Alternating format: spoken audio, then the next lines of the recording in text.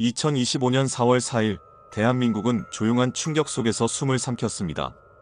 헌법재판소는 대통령의 탄핵을 인용했고 그 순간 그는 헌정사상 두 번째로 파면된 대통령이 되었습니다.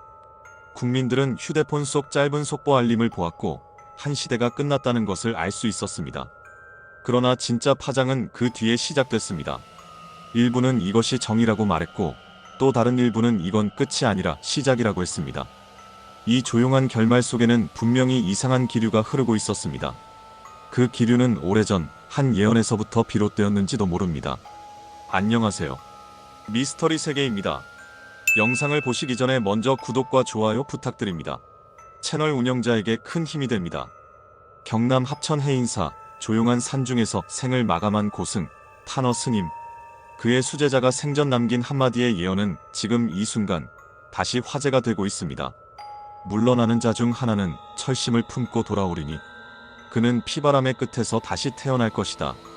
이 구절은 오래도록 잊혀진 채 묻혀 있었지만 대통령 탄핵이라는 초유의 사태가 일어난 지금 사람들은 다시 그 문장을 꺼내 들고 있습니다. 그 예언 속 철심을 품은 자는 누구일까?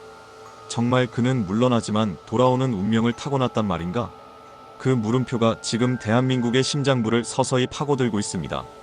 그리고 이런 절묘한 때 탄어 스님의 수제자의 예언이 다시 수면 위로 올라온 것입니다. 사람들은 묻습니다. 예언은 단순한 우연일까? 아니면 흐름의 암시일까? 그리고 묻지 않지만 마음속 깊이 떠올립니다. 혹시 그가 다시 돌아오는 것일까? 탄어 스님, 불교계에서는 그를 예언의 스승이라 부릅니다. 일제강점기의 멸망, 한국전쟁의 발발, 심지어 6.25 정전협정의 시점까지 정확히 짚어낸 인물이죠.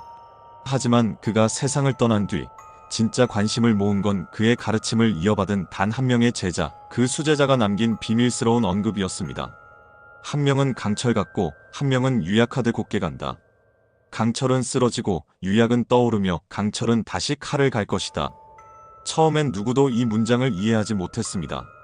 강철과 유약이라는 상반된 상징. 하지만 2025년 그 상징이 현실로 연결되기 시작했습니다. 2025년 그 강철은 무너졌습니다. 탄핵이라는 역사적 심판 속에 권좌에서 내려왔습니다. 많은 이들은 그 순간이 끝이라고 생각했습니다. 그러나 예언은 그렇게 말하지 않았습니다. 강철은 쓰러지나 다시 칼을 갈 것이다. 여기서 수제자는 한 가지 설명을 덧붙였습니다. 그는 조용히 사라지지 않을 것이다. 그가 다시 등장할 때 나라는 분열의 끝에 선다. 이 한마디는 지금 정치판을 바라보는 시선을 완전히 바꿔놓았습니다.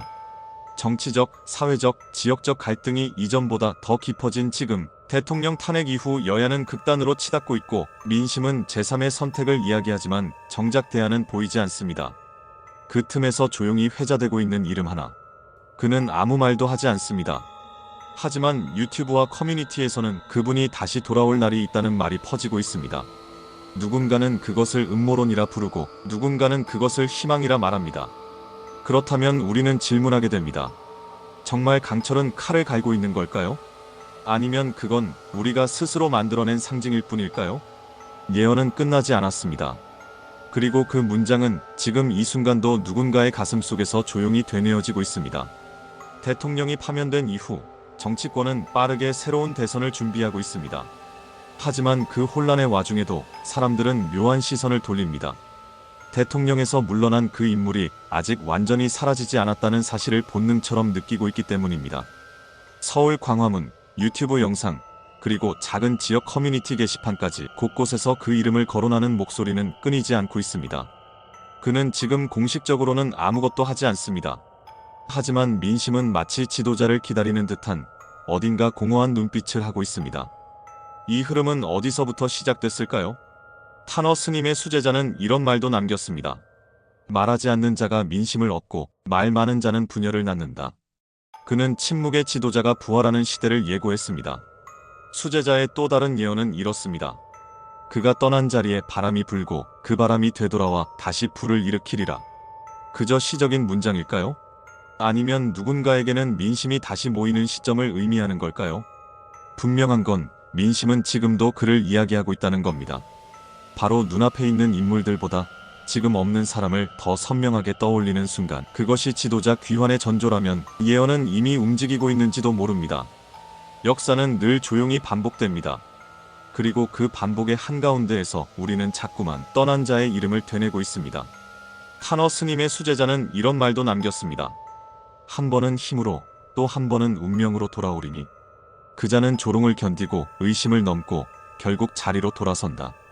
한 번은 힘으로, 또 한 번은 운명으로라는 대목은 분명히 누군가의 지난 길과 앞으로의 가능성을 떠올리게 합니다. 그 사람 역시 힘으로 오른 자리에서 내려온 인물입니다. 강한 추진력, 단호한 판단, 그리고 수많은 논란. 그는 사랑받기보다 기억되는 쪽을 선택한 듯 보입니다. 지금 그는 완전히 배제된 것도 아니고 공식적으로 돌아온 것도 아닙니다. 그러나 과거의 귀환자들 역시 그랬습니다. 그들은 자취를 감추었을 뿐 움직임을 멈추지 않았습니다. 대중은 늘 새로운 인물을 갈망하면서도 결국 익숙한 강한 리더를 다시 찾곤 합니다. 타너 스님의 수제자가 전한 의심을 넘어선 귀환은 단지 개인의 이야기가 아닐 수도 있습니다. 그건 하나의 흐름이고 패턴이며 시대가 원하는 리더십에 대한 무언의 목소리일지도 모릅니다. 귀환은 늘 예상치 못한 순간에 시작됩니다. 그렇다면 지금 그 조용한 예고편이 이미 시작된 것은 아닐까요? 세상에서 가장 무서운 소리는 때로 침묵일지도 모릅니다. 대중은 늘 말하는 사람을 주목하지만 진짜 무서운 건 아무 말도 하지 않는 사람입니다. 타너 스님의 수제자는 이런 말을 남긴 바 있습니다. 산은 조용히 무너지고 무너진 그 자리에 다시 길이 열리리라. 길은 보이지 않지만 걷는 자가 생기면 그것이 곧 길이 되느니라. 침묵 속에서도 걷는 자들은 생기고 있습니다.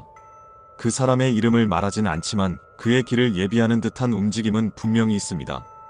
잊혔다는 사람의 이름이 어떻게 이렇게 자주 회자되고 있을까요? 어떤 이는 말합니다.